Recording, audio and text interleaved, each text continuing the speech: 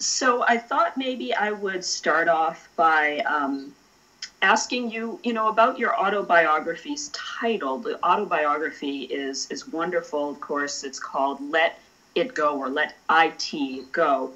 And can you talk a little bit about why you titled this book about your life in a way that showed you moving away from computing, given that it's about your experience largely in computing? It took me 18 months to write that memoir, and it is a memoir, not an autobiography. And the title took me longer than anything else, what would be an appropriate title to encapsulate a long and very active life. The Let It Go, with its pun that some people see and some people don't, was suggested actually by my co-author, and who's a journalist. And I think it's lasted quite well, but it tries to wrap up perhaps what might be a Buddhist feeling about that life is not just material things, that it is a holistic life, that you can't chop me up in little bits, that I'm not sometimes the businesswoman, sometimes the computer pioneer, the mother, the wife, the mistress. It really tries to pull it all together. I think the memoir has shown the development of a young and somewhat disturbed young person into what I hope is now a serene, mature life. And I've moved to a certain extent away from computing and become really a manager, a businesswoman, and later with the need to care for my learning disabled autistic son into really a carer and then a philanthropist. That's now what I do. I try to give money away in a wise way. So you alluded to, in your answer to that question, the traumatic circumstances of your early life. And, I don't want to ask you to repeat too much about what you've talked about at length elsewhere. But I was wondering if maybe, from where you sit now, looking back, could you talk a little bit about how that shaped, your early life circumstances, shaped your view of technology and politics, if it did? Because I know that you've been very involved, for instance, in the founding of the Oxford Internet Institute. Mm-hmm. And I'm wondering if you can draw some sort of a through line from then to now, or if there's anything important that you think somebody might need to know about how that early experience connects to not just your, the height of sort of your career, but everything that's come after as well. Now, Marie, I'm not really going to answer the question that you asked at all, but I would like to talk about how early trauma affects a person and affects their life. I was an unaccompanied child refugee, and that experience has really driven my life. It is as strong today as it was 75 years ago, when as a traumatized, weeping 5-year-old, I was put on a train and sent to a strange country with strange languages, strange people, strange parents, strange food. It really was. It would have been disastrous, I think, had I not been with my older sister, a 9-year-old who was really not ready yet to care for a younger sibling. But what that 2.5-day transition between Vienna and Liverpool Street Station in London did for me is it made me able to cope with change. And I think that's relevant to my technical career because I dealt with so much change during that time that I eventually came to welcome change. And so I always want the latest equipment. I'm always an early adopter of something. And it really has helped in my transition from analog computing, from working in binary, to the sort of applications that I fringe on today. It also drove my life in that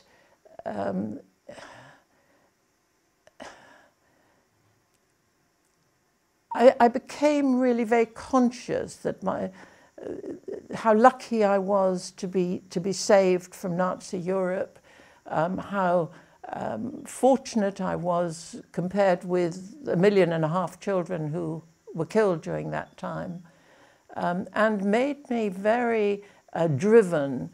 Each day has got to be worthwhile. I've got to do something better today than I did yesterday. I became a learning person. I'm a perfectionist. I think all these things stem from the insecurity of a traumatic childhood. And finally, I became a patriot. I love my country, England, with a passion that perhaps only somebody who has lost their human rights can feel. So it's made me a different sort of person, but then life does that to you. Thank you. So moving ahead to your working life, and as you're leaving school, you've often talked about how important education is and was to you, but you made a decision, you sort of had to make a decision to enter the workforce at a pretty early age. Could you talk a little bit about why you made that decision, what sorts of circumstances led to your going to work rather than going to university?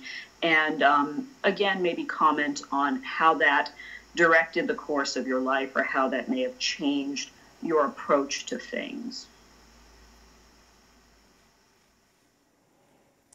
As a refugee, I was very lucky, but so my life was not, we were not in penury in any way, but we had to watch money very carefully, and I was stuck with a sort of insecurity about what I was going to do with my life, where I was going to live, who I was going to live with, if that was relevant. And that really drove me to,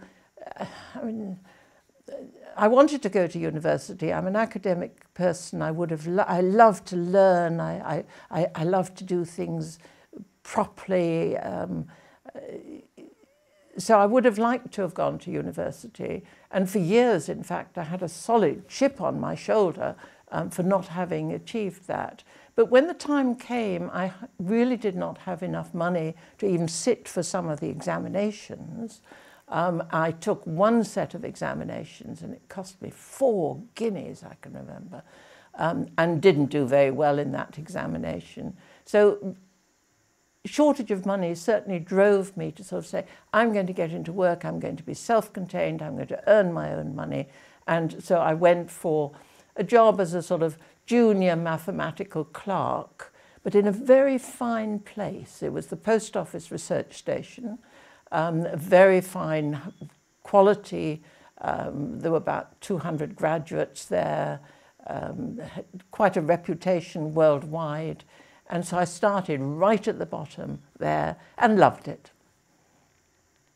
What happened was that at the age of 23, I had moved ahead because I already had 5 years' experience of working, and then I got my degree by studying at evening classes.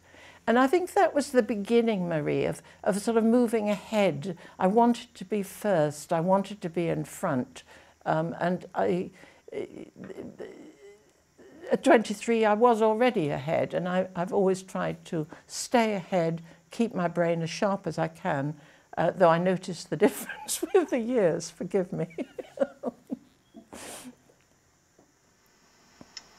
Yeah, it seems like you ended up in an amazing place for your first job. And how did you come to find that first job? Was it a matter of simply knowing that this was a place you would like to apply, or answering an advertisement? a lodger that my mother had knew somebody who worked at the Post Office Research Station. And I'd got a similar introduction to another corporate, and I had interviews at both. The first one, General Electric Company, was fine and so on, but they were not terribly interested in me, in my future, in my continuing training and education. And so although they offered me a job, I went with the post office because they clearly were interested in ongoing education. They told me afterwards that I was so insecure that I was asking at 18 about what their pension system was like. So I was really trying to put down roots, which I certainly did at the post office. Thank you. Well, I think that sort of transitions well into one of my next questions, since you mentioned the issue of pensions and money. And I know that that really differed depending on whether you were a woman or a man at that point in time. The first question I guess I'll ask is, when you entered, since the post office was part of the civil service, do you recall did you have to take a civil service exam, and do you recall anything about it, or about it being a different exam for women than for men at the time? Women were quite rare in the public service at that time. We did exist. I was not a first at that stage. But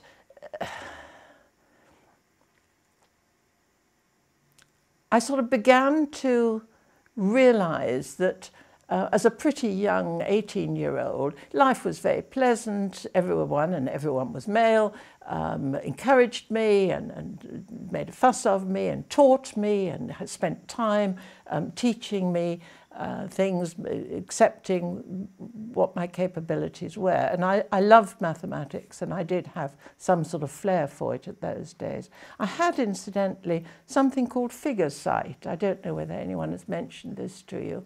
In the diff I looked, I was working on a desk calculator, or comptometer, I think it was called, Brunswiger, and a very strange thing. But I could look at a whole mass of figures, and to the irritation of my colleagues, sort of say, I think there's something wrong there, and be right, that there was something wrong there. And that sort of figure sight goes with the years, and I think by the time I was 30, I'd lost it completely. It makes me think, with my current work in autism, that there's a commonality of picking out patterns and the beauty of patterns, which is why I think we like mathematics, if one does. I've forgotten what your question was. No, that's terrific. I know what it was. Hold on. In the civil service, you have grades and you have payment according to age. So when you're promoted, you start at the bottom of a different scale, and then when you get to the top of that scale, you're either promoted or you stay at the top of that scale. And I discovered, to my horror, that the pay scales for women were different and much lower than the pay scales for men. And I was very cross about this. I didn't think it was fair. And I think philanthropy is all about making the world a fairer place. And I began to resent this.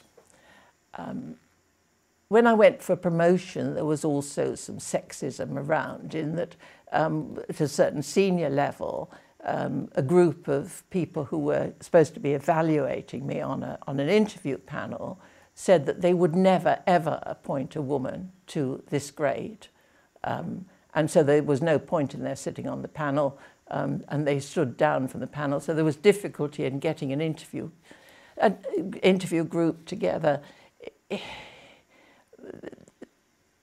To begin with, it was just, well, that's how life was. I was just so glad to be paid anything and get out of my financial problems. But I then began to be quite resentful about it and quite aggressive about it. So when handsome young men would offer to carry my equipment for me, I would say somewhat, yes, aggressively, I believe in equal pay and will carry my own things. Because if women want to achieve, we have to perform to the same standards as the rest of society. Nowadays, of course, I just sort of say, if somebody offers to carry my things for me, oh, how kind, thank you very much.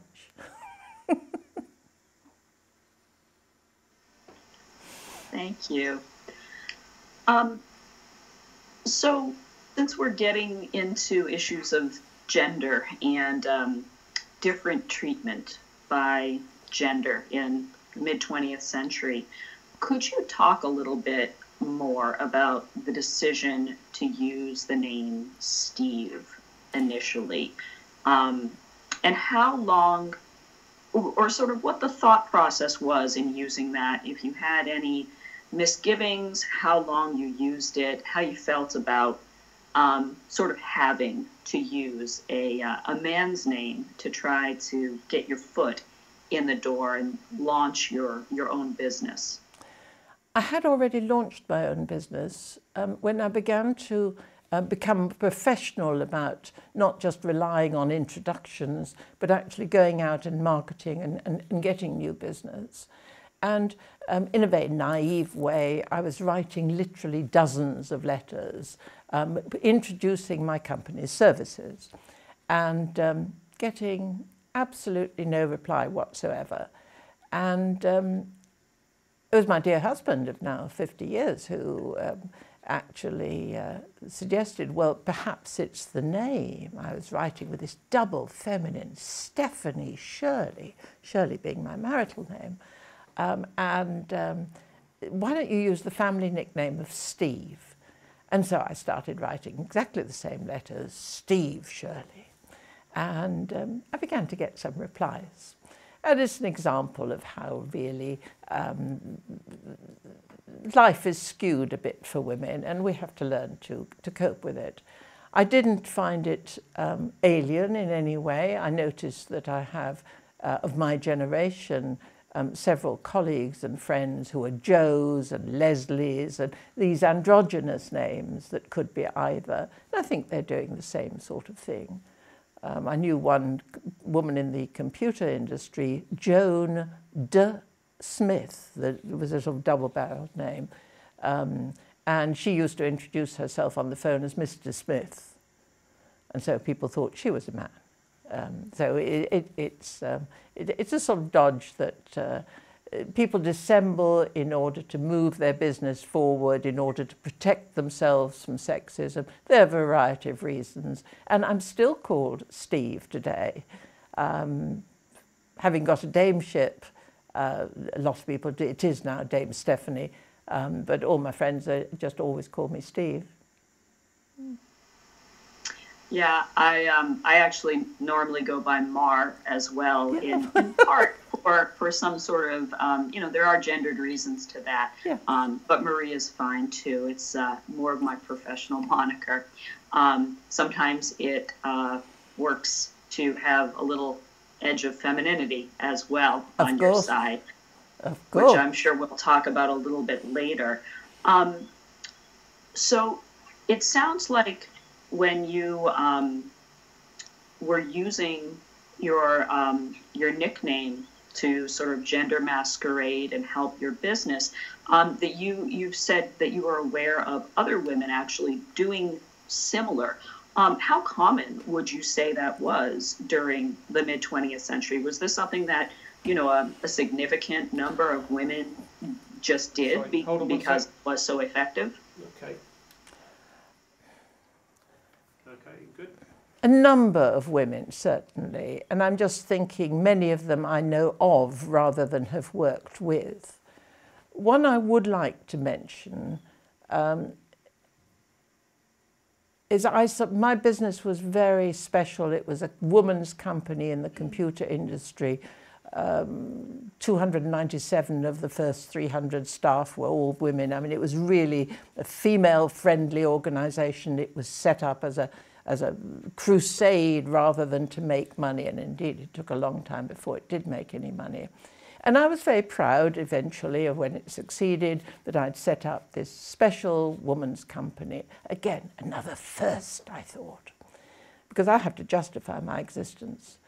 And then, almost to my horror, I discovered that there was a lady called Elsie Schutt, S-C-H-E-U-T-T, in the eastern coast of America, who had set up long before me in 1957. Is that right? Have I got that right? Yes, 1957, a company called Computations, Inc. And that was structured in exactly the same business model, working on the scientific side, and never actually getting very big. I did meet her many years later, and she had eventually employed dozens of colleagues, whereas I got to 8,500. You know, it was a different sort of corporation. Maybe this is an unfair question because it's a counterfactual, but I'm going to ask anyway, and you can take it where you like. Do you think your business would have become what it did without Steve? Probably not. One needs to make a mark, to break into the established world. Something that's different is probably necessary to... It became a unique selling proposition. We were the women's company. This is what we remembered. This is how we recruited. This is what we were. And in the long run, it didn't serve us well because people remembered us for what we were rather than what we did. And we had to really change the culture away from that feminine, reactive group to something much more professional. So your startup focused on ensuring that women who had the skills to do this work, to program, would be able to use those skills. And as you've talked about, you accommodated women in many ways that other employers just didn't for decades to come, working from home, part-time work, things like that. And you've alluded to the fact that social justice was sort of a part of the plan all along. And I've read elsewhere that you've said initially you thought of setting up the company almost as a charity rather than as a company. But then it was explosively successful. It was not explosively successful at all. It took me many, many years.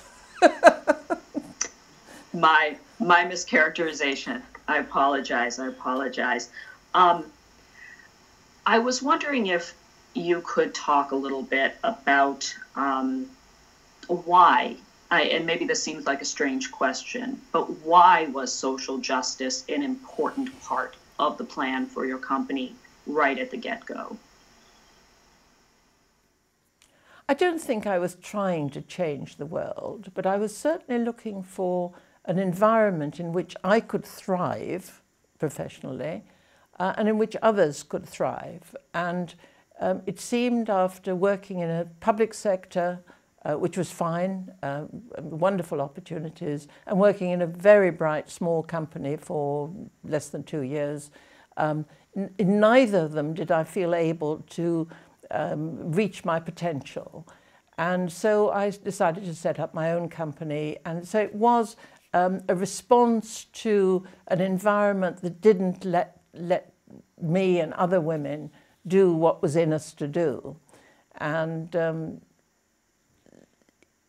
certainly I care deeply about other things as well, but women, from the personal point of view, I just felt I'd been subject to anti-Semitism. I didn't want to be a second-class citizen. I wanted all the opportunities that all the guys had got.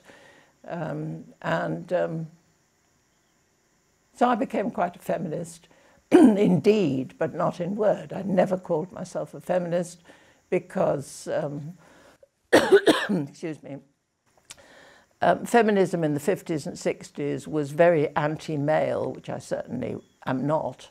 But you needed to get that, the openings and possibilities for women. And I was very much first angry and then driven to have this crusade to try and make things better. Thank you. And actually that reminds me of a related question that just came to mind. Since you did have this experience working both in government and public sector, and then working for a time in a computer company, for-profit computer company, are there any general comparisons you can make about how women were treated in the public sector versus in private industry from your experience? Was one better or worse in certain ways in terms of gender discrimination, or are there any interesting differences there that you'd like to talk about? Because I'm so marketing oriented, you will expect me to sort of say that the private sector was more female friendly. In fact, I found it was the public sector, because it was all structured and rules, so that nobody could sort of say I couldn't do this if the rule book said that I could. In my generation of women, there were lots of things that you couldn't do. One college that I attended part-time didn't have washroom facilities for women. My job actually would have entailed me going onto a cable-laying ship, and I couldn't do that. Women just did not go on working ships. I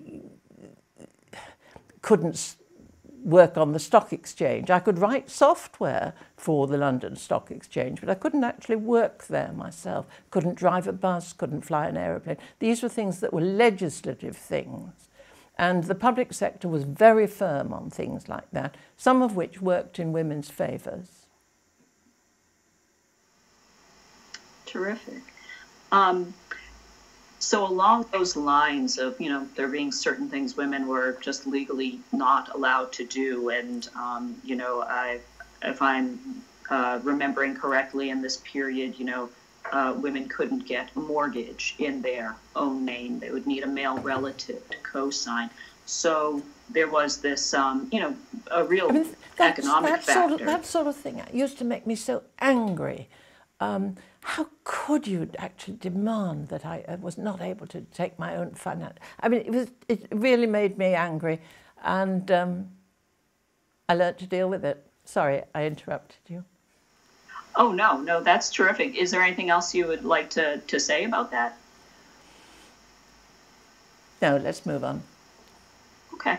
I interviewed another lady who worked in computing, and she made quite a lot of money, and because she couldn't get a mortgage, she decided to one day just go out and splurge on a new car. So she spent a bunch of money on a new car on her lunch break, and I thought that was really interesting how there were certain things women could spend their money on, but they were not things in which you could sort of invest and build wealth.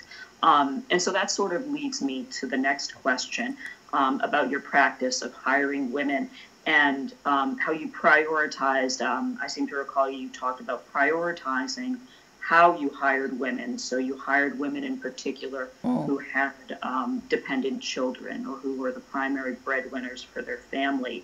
And then you sort of worked on to unmarried women and hiring single women.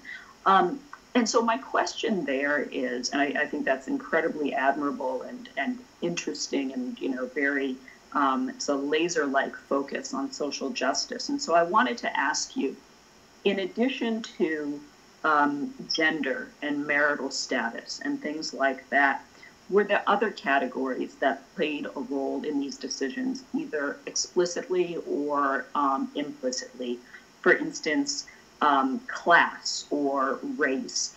Did you ever have any working class women come to work for you, or did you ever employ any women of color in sort of a specific deliberate way, or even in a non-specific, non-deliberate way?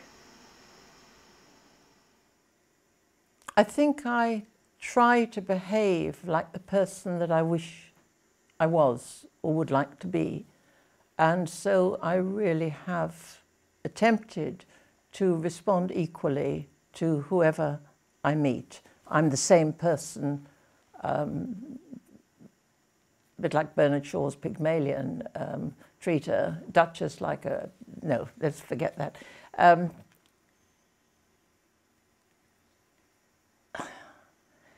It's such a complex question, really. One of my first early staff was an Indian lady, Mrs. Bakaya, who used to always wear the most gorgeous saris. And I don't really know anybody. She applied, she was competent, we worked well together. The fact that she was Indian was almost, you look back and sort of say, well, in the very, very early group, there she was. I employed a guy who's since died, actually, Sylvan, I've forgotten his surname, who was the first black director in the City of London, I think. And we turned up for some event, and I was already sort of unusual, you know, a woman doing this sort of thing, and then turned up with a black escort, you know, because my husband didn't take part in my business career.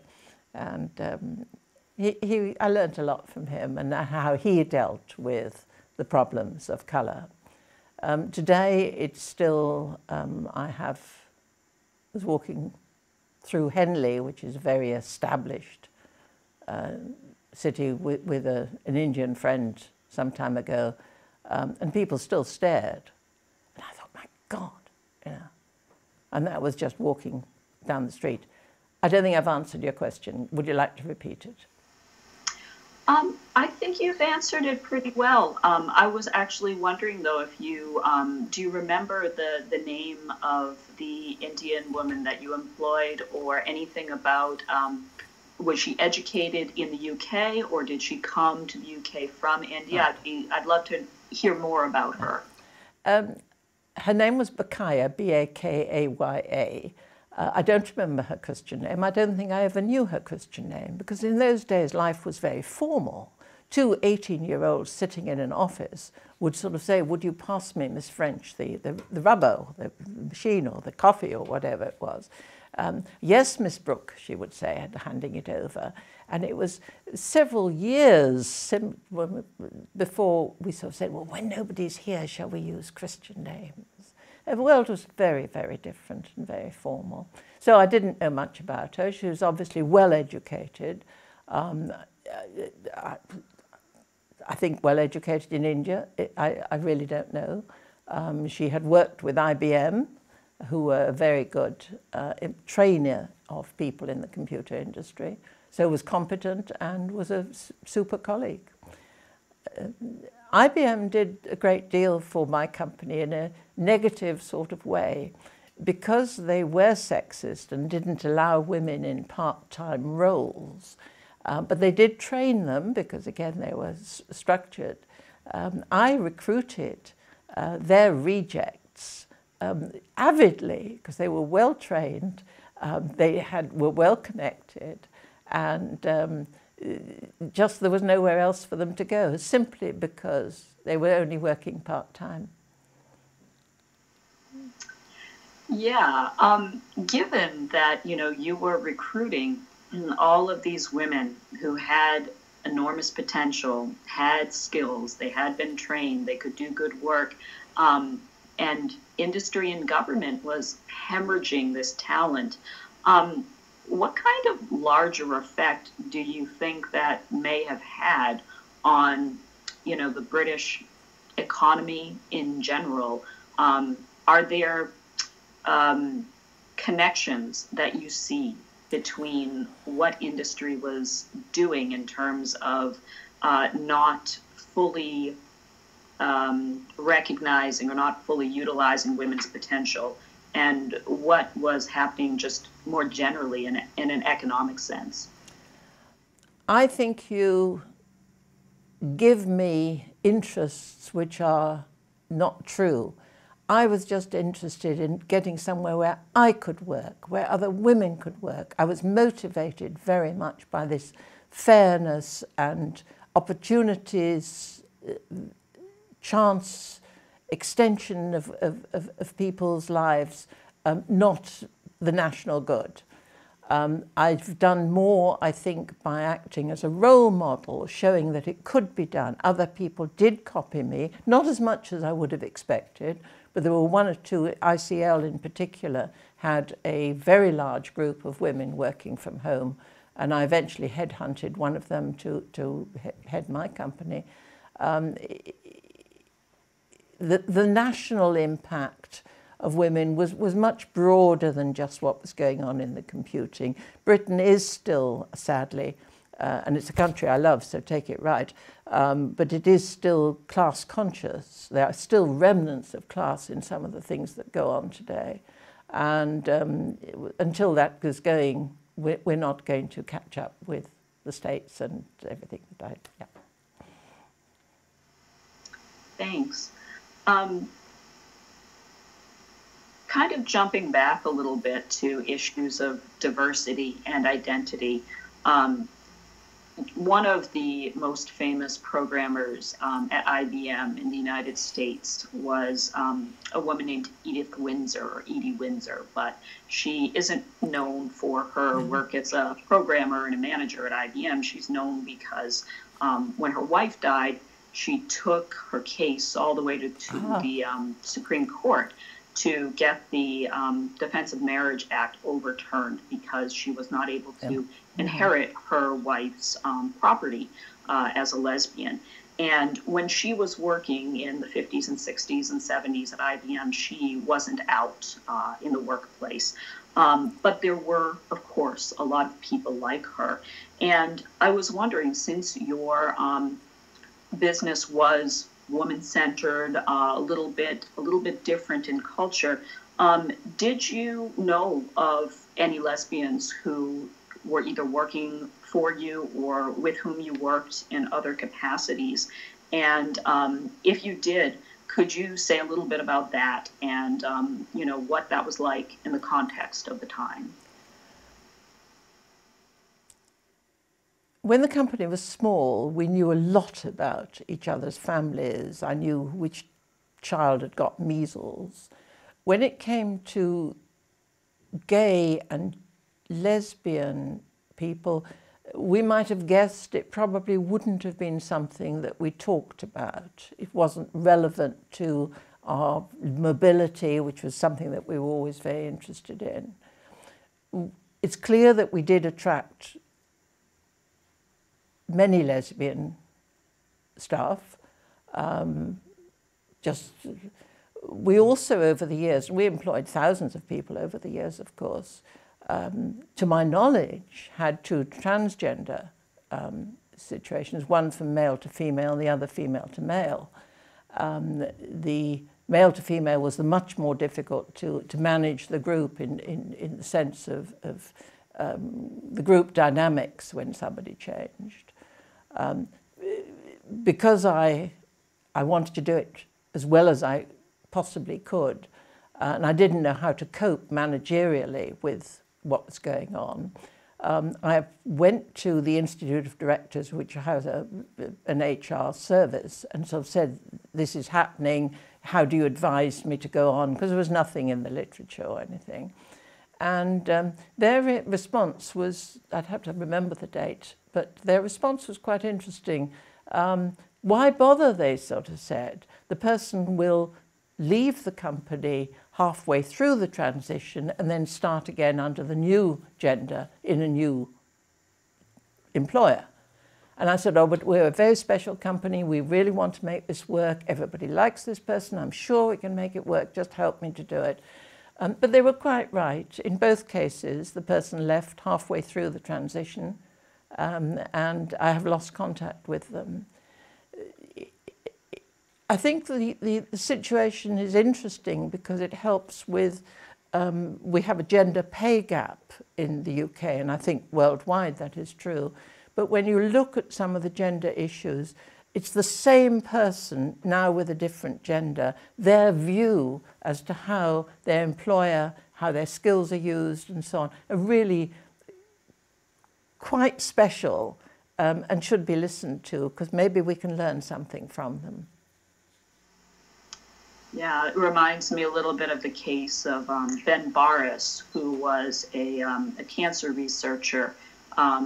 He recently died, but he transitioned at the midway point of his career, and so he understood and talked a lot about how he was treated when he presented as a woman, and then after he transitioned. Would tell you a lot about that social environment of the time.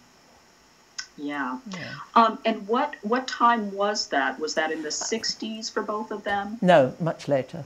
70s and 80s, I think. I have to think. 70s and 80s somewhere, yeah.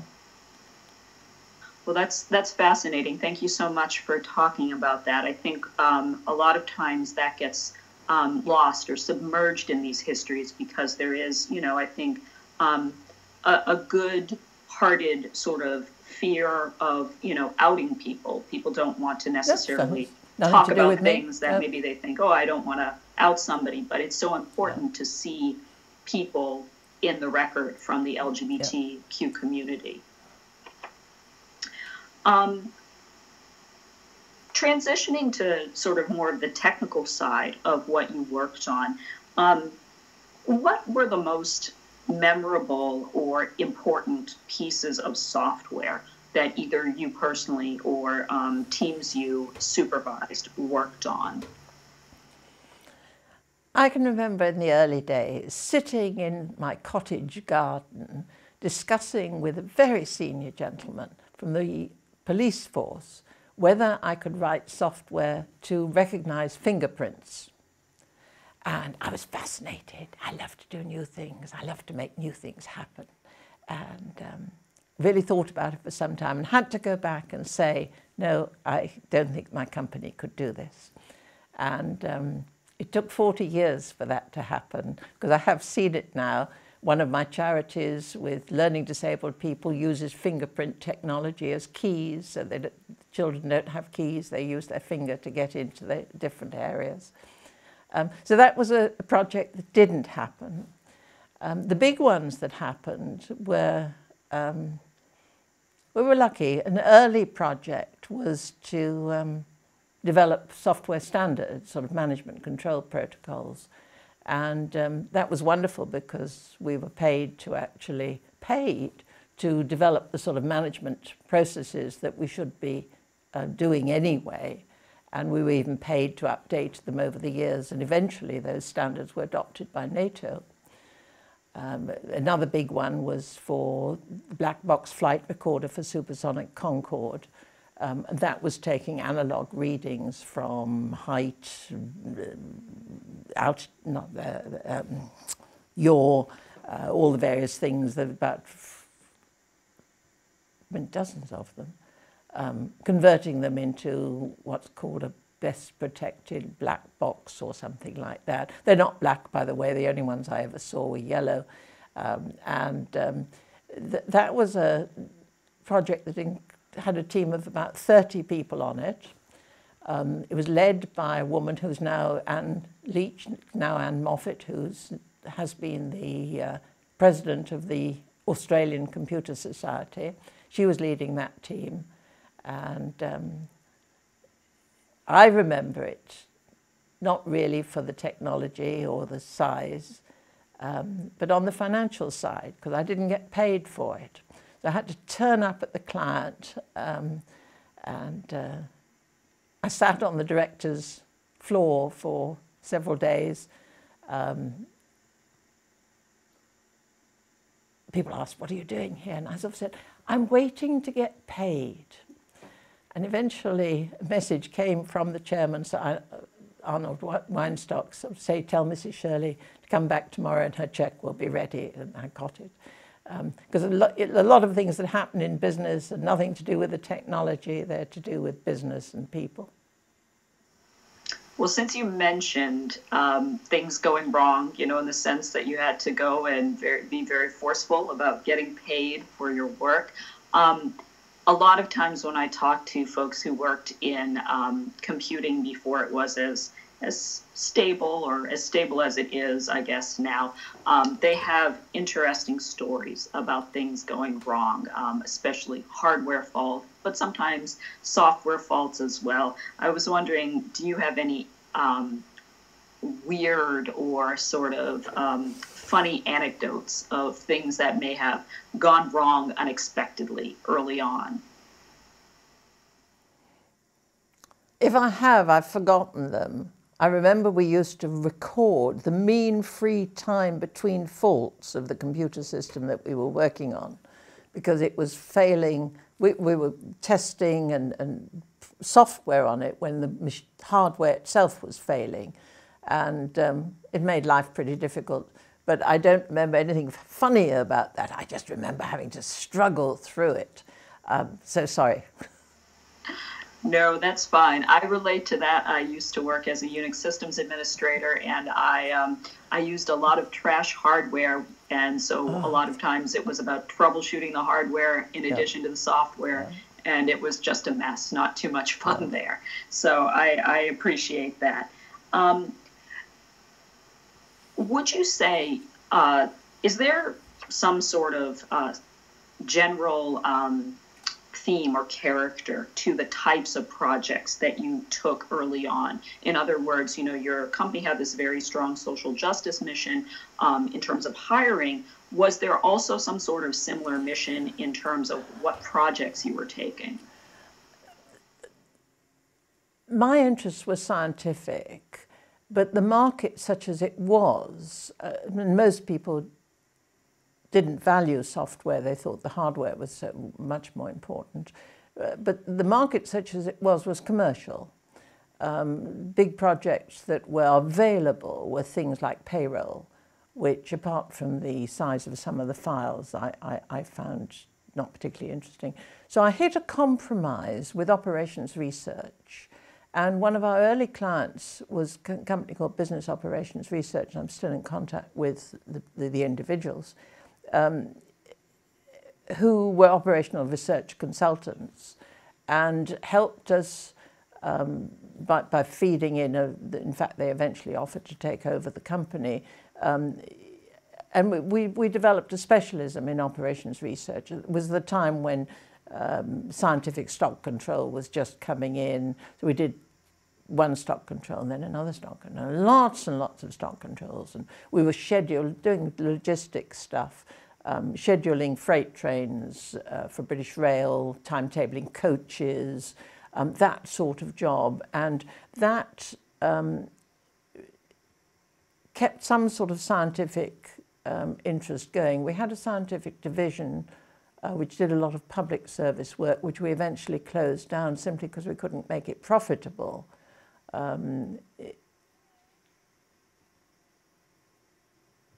I think the specialism was in operations research work. Later there were other specialisms. Trying to think what they were, but a lot of banking work. The telecom side disappeared, although I came in from telecommunications. I mean, I got into computing with telephone exchanges and things like that. I was very fortunate, which I should get onto the record, I suppose. One of the bosses that I had was Tommy Flowers of Bletchley Park coding fame. And not only was it a privilege to learn from him, but he was an extraordinary manager. And in the sense that I had a role model, I think on reflection, I probably would emulate his very gentlemanly, soft style, which perhaps today might be called a feminine style.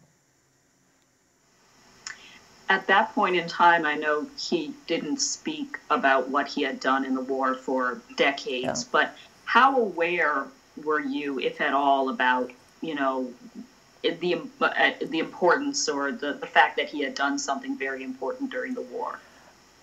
At the time?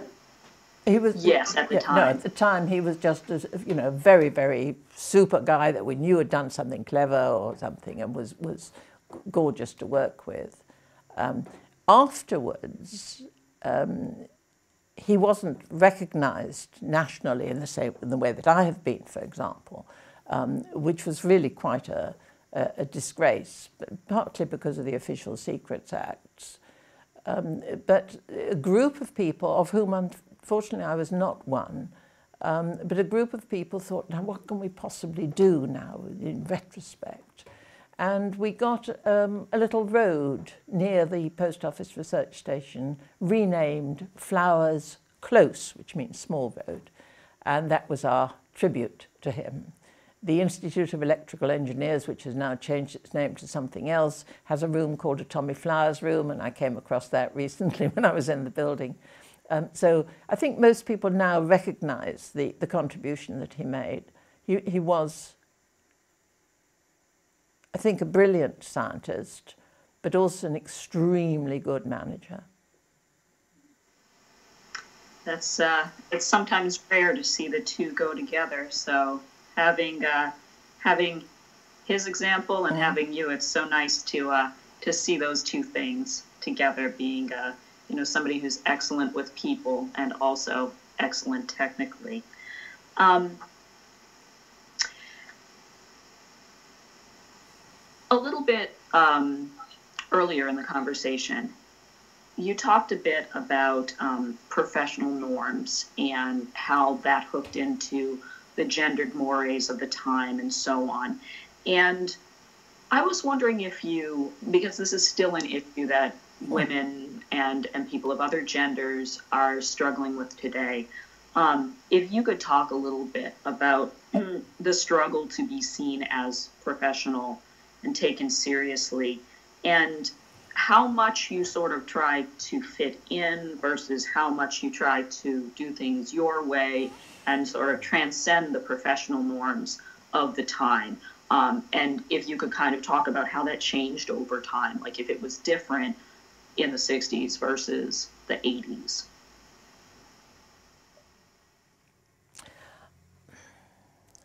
I tried to merge into the male background, not to stand out, to the way in which I dressed, and was very short of money even once I started working, so I had very few clothes, but it was very much grey with the equivalent of a male suit, I suppose. That has sort of stuck with me. My companies, we started in 1962, so in the 60s, again, we encouraged them to have a style, a way of behaving. For a long time, we said no trousers, because we felt that wouldn't aggravate the men, because they wanted us to be feminine. So we certainly had that as a house rule. Well, it wasn't written, but I remember we had one party, and I'd given a reminder about suitable dress, and somebody took exception to this.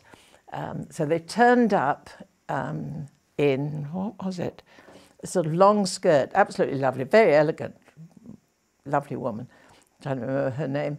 And then halfway through the evening, she took off her big skirt, and she'd got tiny little shorts underneath there.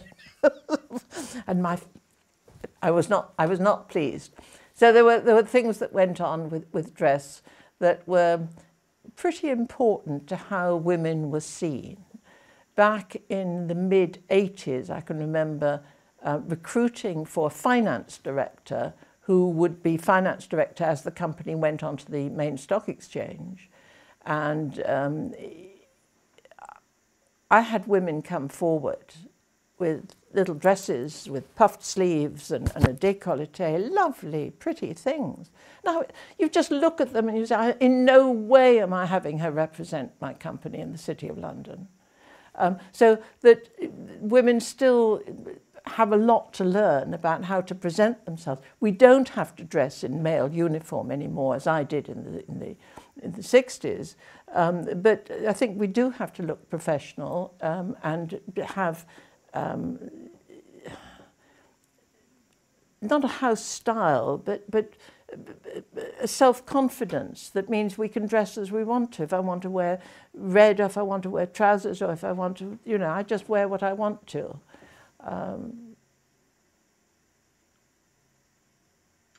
I've just concentrated on clothes, which I love, of course, but there was more to that question. What was the other thing that you were asking? No, I think it's very much about clothes and what they mean. And I wanted to ask you something about the trouser suit ban or informal ban. I sort of get what you're talking about. You know, it may sort of upset the men you were working with, upset gender norms. But could you, like, are there any personal examples you could give where you saw men react in ways that led you to say, okay, you know, this is why we can't present ourselves in that way? Are there things that you could maybe give us examples that would allow, say, a young woman in her, you know, college years or her 20s today understand what that was like at the time?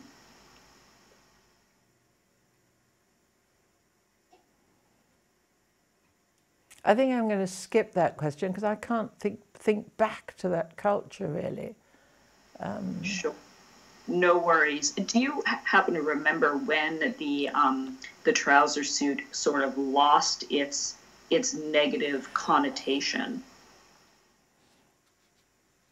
Mid to late 70s. I mean, I always wear trousers now. They're so much more comfortable than a skirt. So you're in a trouser suit? You can only see the top no, of you. I'm wearing a skirt. Yeah. But you can see I'm doing the yes. you know, the gray jacket. Black and white, yes. So at a certain point, you've talked about in other places how being technical obviously was not the be-all end-all of what you did. And in particular, in this period, in this earlier period, being technical could even be a way to have other people in positions of power sort of discount how much you knew or how much you could do, that you, for instance, couldn't transition into marketing or management because the idea was you were a technical person, you take our instructions, you code the program. And you diversified so that you had a business that was more about management consulting and systems analysis, and so that you and your company would not just get stuck as being seen as coders. And I was wondering if you could tell me about what that process was like, moving sort of, in a sense, up the power chain in order to be in a position where you were not just building infrastructure, but you were, in a sense, calling the shots about exactly how that infrastructure might be designed for a company or even for the government. I think there are some gender issues involved in this because as the technical work started, it was considered to be very much a woman's role. We were anxious not to tread on male territory because we knew that was dangerous.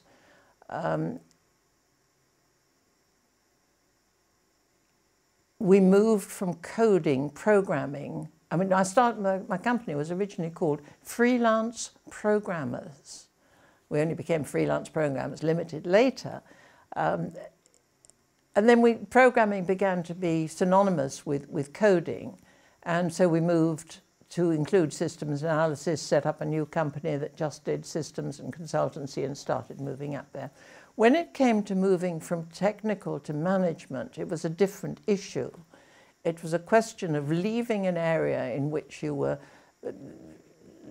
excelled or were at least competent and moving into an area in which I knew I was incompetent. I'd had no training, I read books a lot, but there wasn't anything that really referred to service companies, what books I had. And I had difficulty in getting help and advice on that. So it's a difficult transition that most people don't make happily. Many people opted out of the management role. My company eventually had dual career paths where you could either go up the management track or actually stay as a consultant. So it was something that had to be managed. But you're quite right, I did turn into a manager. Such knowledge as I have of the technical world is purely of interest and very superficial and lay. What I've become is some sort of a manager. Yeah, do you have any thoughts on how the the status of technical work has really risen over the course of the 20th and into the 21st century, to the point where now, at least in the United States and Silicon Valley, being technical is an entree into powerful roles, into management roles, in a way that, it really wasn't in the mid-20th century. Do you have any thoughts on that, that change? I can remember talking with a banker and saying, we're a technical company. And he corrected me and sort of said, all companies are technical now, which was probably certainly true of banking. And I think this is what's happening with management. We all have to appreciate the potential and the understanding and the strategic uses of technology, even though we may or may not be able to still code.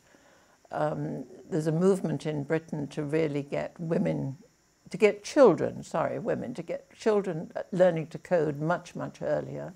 And it's quite clear that one can encourage that sort of discipline in very, very young children. And to discourage women from leaving the technical world, which they find too nerdy, and of course they then shut off routes of their careers in the future by losing their technical expertise. What are your thoughts on these coding boot camps or these learn to code initiatives, which have actually been around like decades, but they're newly popular in the past decade or so? What are your thoughts on those? Well, I'm out of date. Don't get me wrong there. I've never been to one of these things. I don't really know anything about them. It seems to me if I want to go to a camp and learn how to ballet dance or go to a camp and learn how to code, seems to be absolutely fine. Why not? And so much of, so much of one's life is spent working that when it is a joy and a pleasure, I could never believe that I should be paid so well for doing something that I enjoyed so much. And that's how work should be. And it can be in the technical world.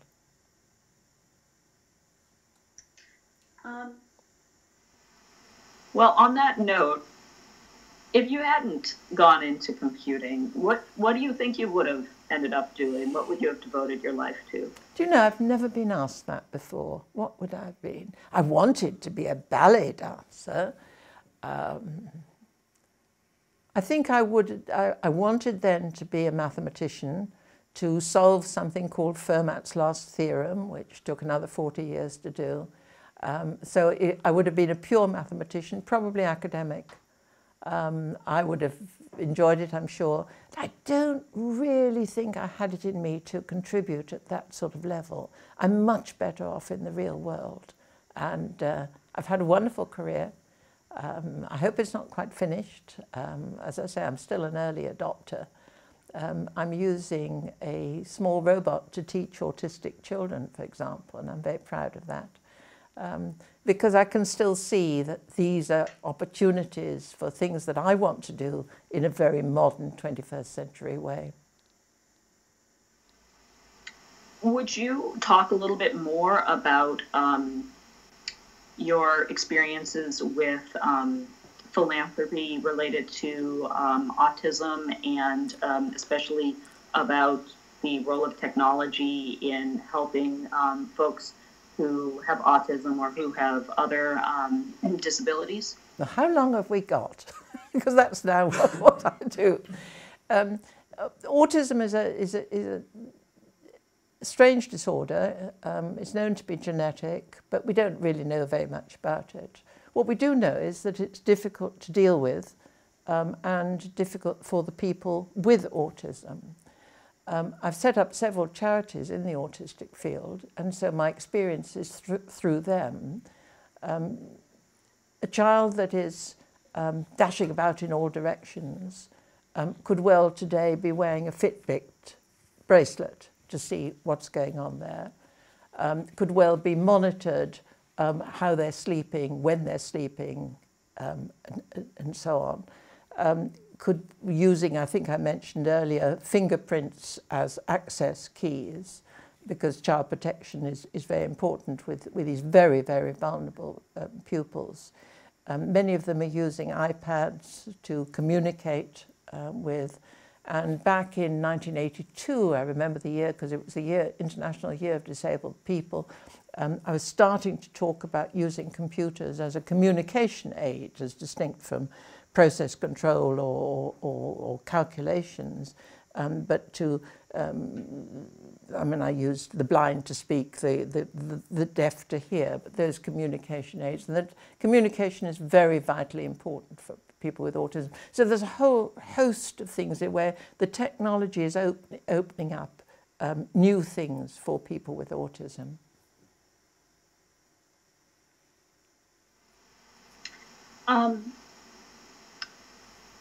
One more question about, I guess, technical aspects before we move on to the final phase of more sort of general reflective questions. You had mentioned the computerized fingerprint system that you ended up, considering building, but realizing the technology wasn't really there and you declined it. And there's a lot of course, really, really powerful and important things that technology can do to keep track of people. And sometimes this can be used in ways that are not necessarily good. So for instance, recently in the United States, IBM and other companies have been asked to come out and say things like they won't use their technology to build a registry of Muslim people living in the United States. Were you ever put in a position where you either didn't take a job or you maybe did a job differently because of the way you understood the technology's potential to do harm? Were you ever in a position like that? These issues are not particular to technology. You're infringing on corporate governance and ethics. And yes, over many years in business, there were many occasions when we had to refuse work, or in one case, I blew a whistle. You know the expression whistleblowing, saying that something was going wrong in the public sector. We never did any more work in that sector anymore, but I blew the whistle and stopped it. So, yes, in one's professional career, I think one has to use the same values of responsiveness, of truth, that one does in everything else.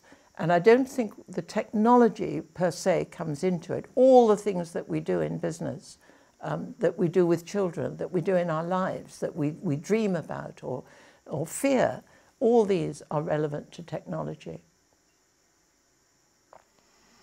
So, like many successful business people, you've sort of had to walk this fine line between fitting into existing systems and using existing systems to your benefit, and then also being willing to break the rules and go beyond what exists at that time to build something more and to do something new. And so I guess this question is just sort of a personal question. would you characterize yourself at heart as somebody who's more rule-bound or more of a rule breaker? How do you think of yourself? Oh, I'm definitely rule breaker. I've been called disruptive, and the first time it was, the term was used, I thought they were being rude or something. But yes, I'm disruptive.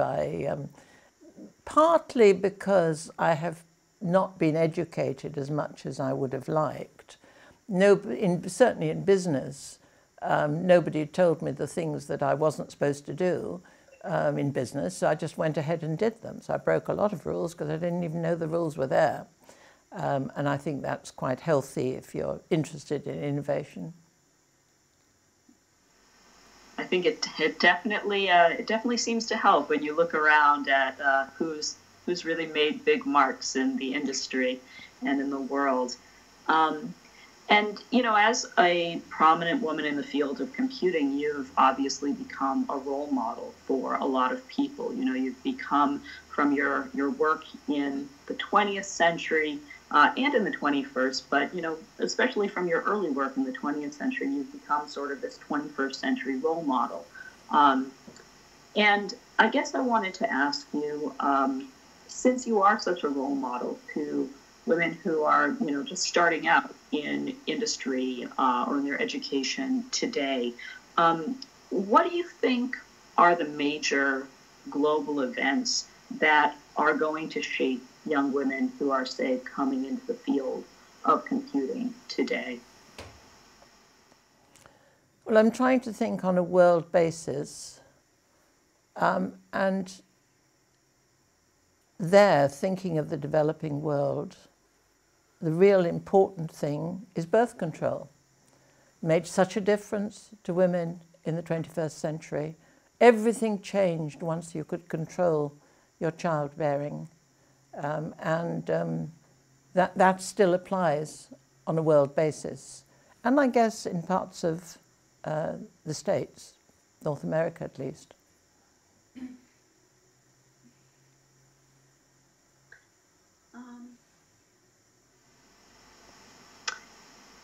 A couple of times I've heard you referred to as the Grace Hopper of Britain. And I know you met Grace Hopper Yes. once or twice, right? What I remember of meeting her was something that we were talking about women going on working, and she was very polite about my achievements. And she sort of said that she had made a choice early in her career to remain at a professional level, whereas her sister, of whom I'd never heard previously, had made a different decision and retired into domesticity as a mother, as a wife and mother. And I sort of thought how sad it was that for so many years women had to make a choice, either or, without realizing that they could do both. So Grace Hopper, of course, has this very prominent legacy. You know, she's got this conference that tens of thousands of people go to each year that's focused on sort of solidarity for women in computing professions.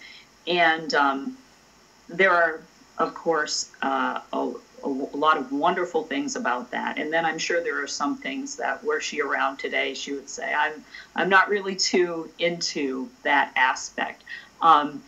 If you got to fully define, you know, your legacy, what would you want to make sure it conveyed and it looked like? And is there anything in particular you would want to make sure your work didn't get used to support, or that your legacy wasn't read in a particular way? We all have to remember that technology is neutral. It doesn't have good and bad features to it. That only comes from its usage. So when it comes to the technology, it's there, and I will always want to improve it and cheapen it and speed it up and improve it and modify it, because that's what I think is the best thing. my legacy, and as one gets older, one becomes more and more conscious of legacy, I'm sure is one for women rather than technology. What I did in the field was absolutely trivial, but I was one of the first to move to see technology not just as something technical, but as something that was social, legal, ethical, economic, and in that sense, that is my legacy. So before we broke, I was starting to ask you a question about your founding of the Oxford Internet Institute. I was wondering if you could talk a little bit about that, and what about their mission do you think is so important? And what have they done so far that you are proud of, or what do you hope they do in the future?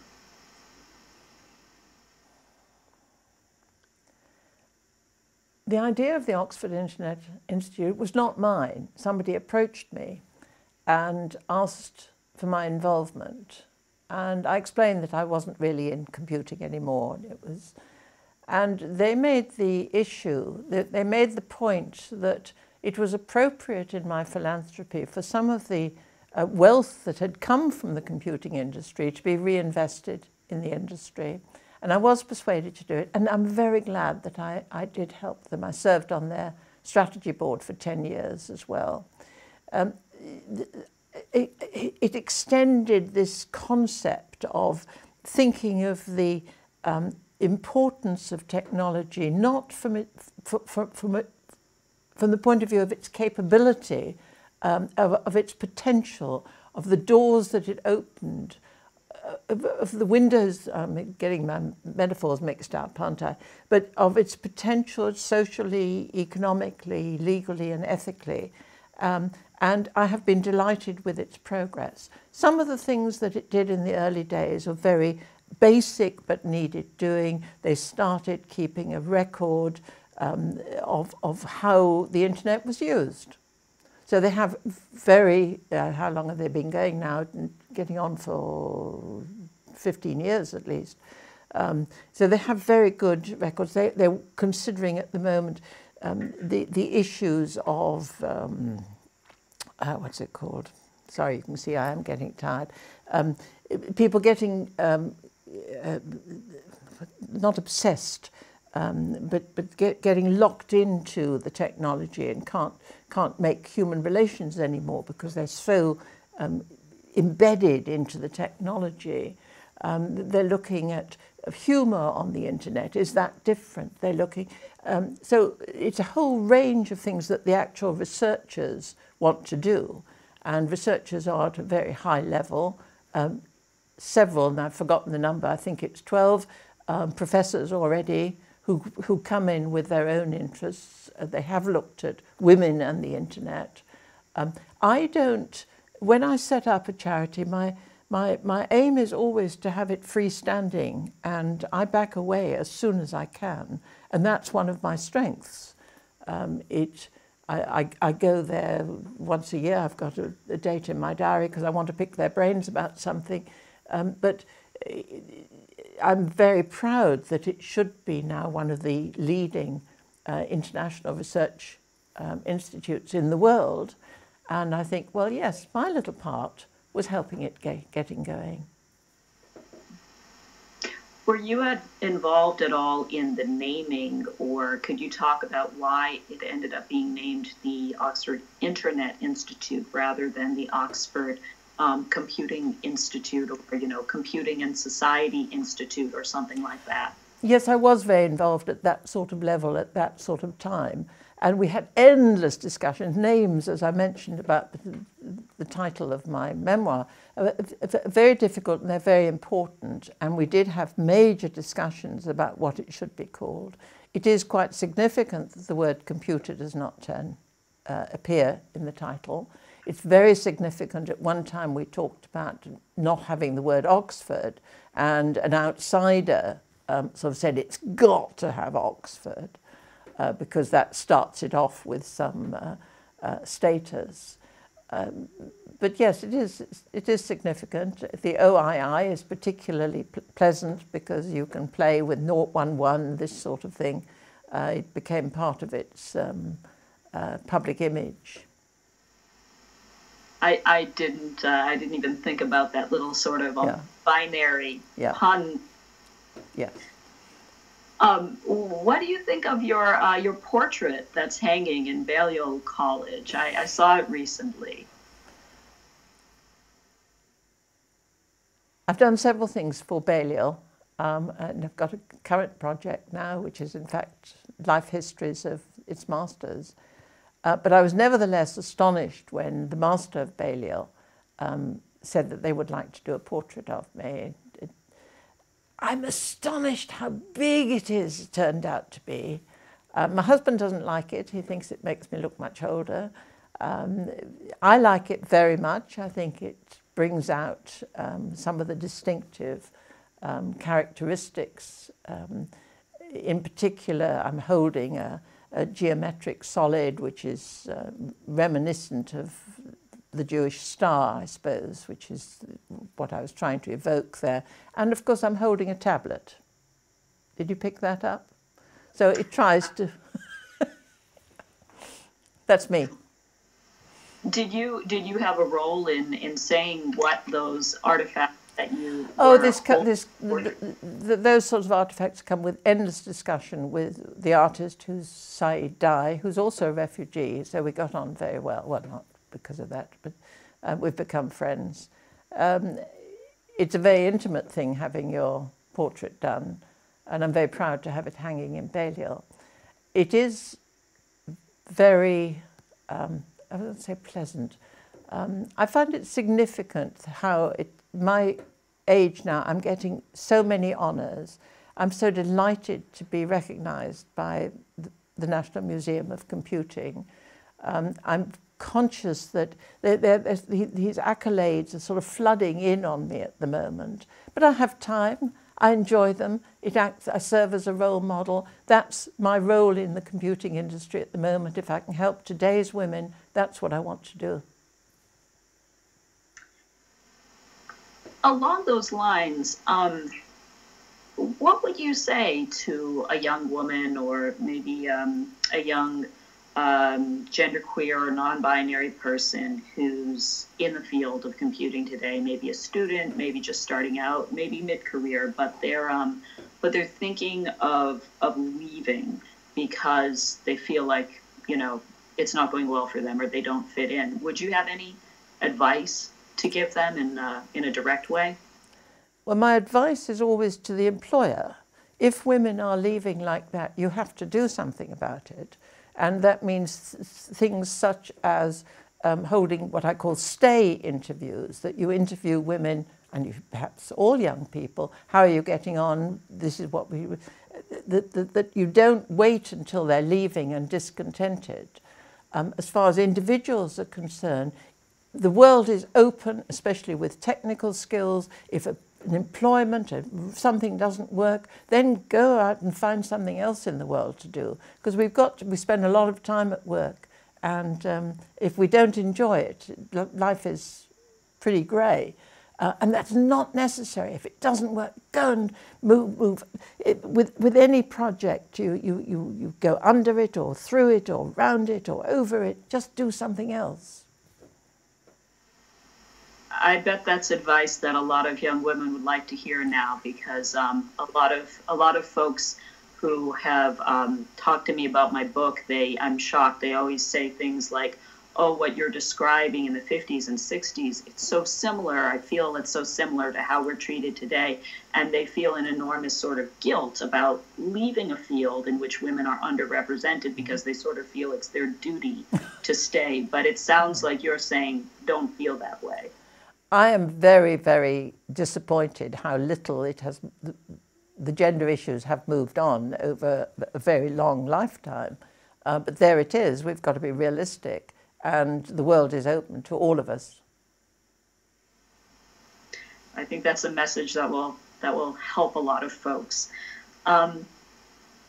as you have been getting all of these accolades and you are cementing your position in computing history, I was wondering if you could talk about what you think is still left out of computing history. Are there things that you feel are under-discussed or understudied in computing history that you'd like to see us talk more about? Well, understudied is the analog computing.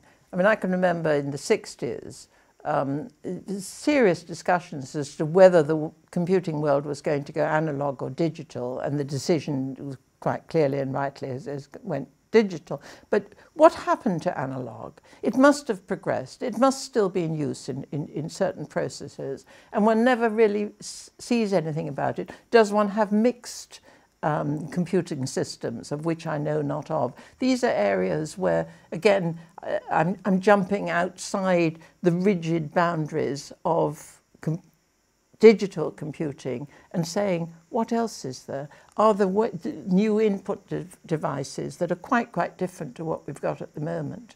I mean, I can remember when we had keys to get in and so on.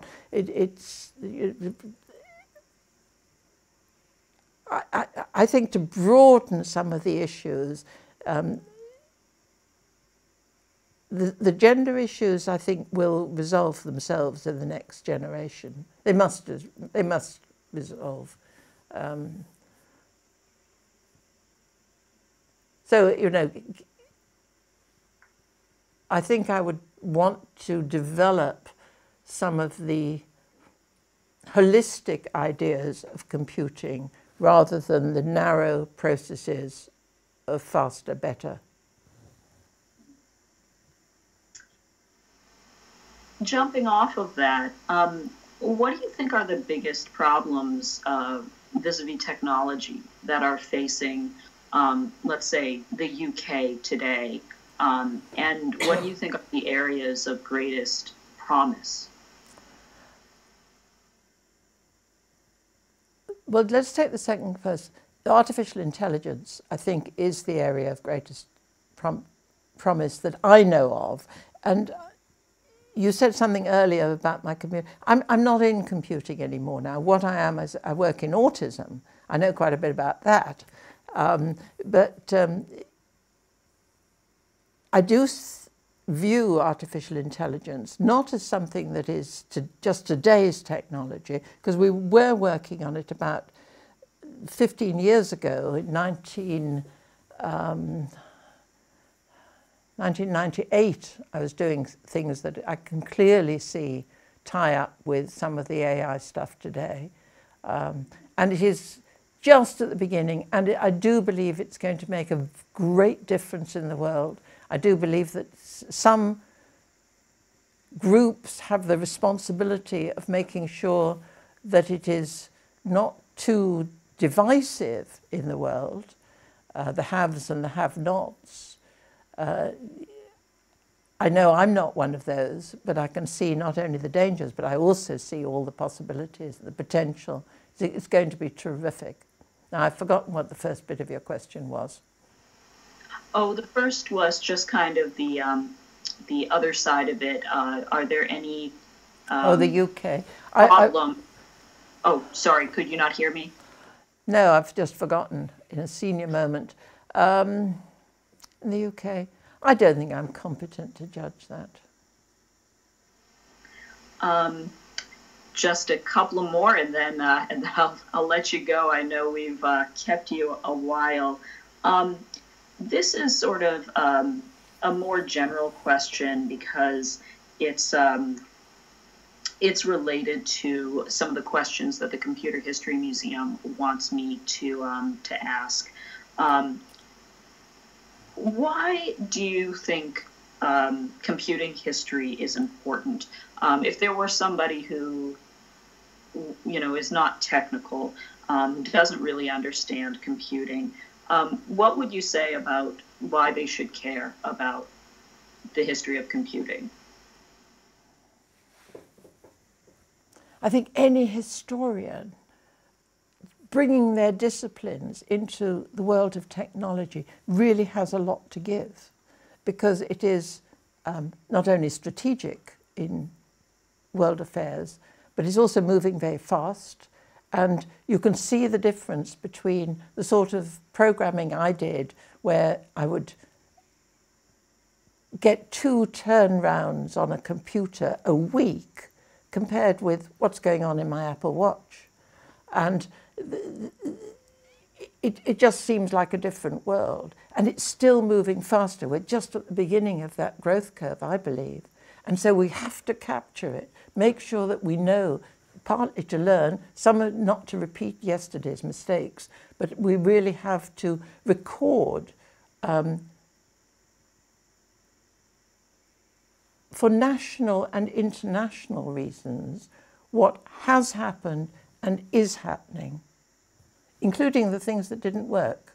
Because a lot of researchers only talk about the successes. Oh, I did this and I did that. They don't talk about the 17 other things that they tried and didn't work or went wrong.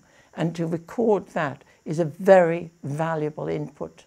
And that's why people are prepared to give time to the museum. I mean, the museum's got some of my work papers, for example. Now, they're there. They get more and more interesting the older they are. Given all that, if you were visiting a computer history museum, or maybe if you were taking friends to the computing history museum, what would you like to make sure that museum did that maybe they don't do already? Oh, I think it's the emphasis on software, which is very hard to demonstrate, but it has to be software and the man-machine interface and so on, most of which is ignored. It's just all hardware. We have a very small computing museum in the UK, in which I appear, so I'm a museum piece already. But the emphasis is very much on hardware. Do you have any thoughts about how one could make an engaging museum exhibit about software, given how sort of ephemeral it is? I would have think using something like virtual reality.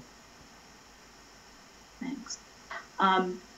Well, just, I guess one last question before we go. In the US, at least, in Silicon Valley, I'm sure you've heard there's sort of this this moment of reckoning as regards sexual discrimination, sexual assault, sexual harassment. And you mentioned a couple of times that, you know, for instance, you said, well, pitching a piece of software or trying to get a contract that a high-level government minister had pinched your bottom at one point. And I was just wondering, given, you know, your experience in seeing what's going on now, what's your response or what's your feeling about how things have changed or haven't? Well, I don't think they've changed as much as one would have hoped. They have changed enormously from my youth, when we were second-class citizens. We were disallowed from certain things, important or unimportant. Today, women are, and again, worldwide, it's very, very different.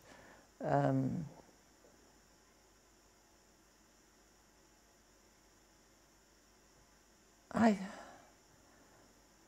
think we still have a long way to go. Some of today's issues are,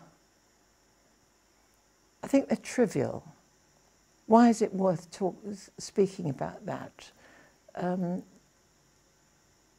But some of them are not trivial. They're very important. They attack people's very, very being.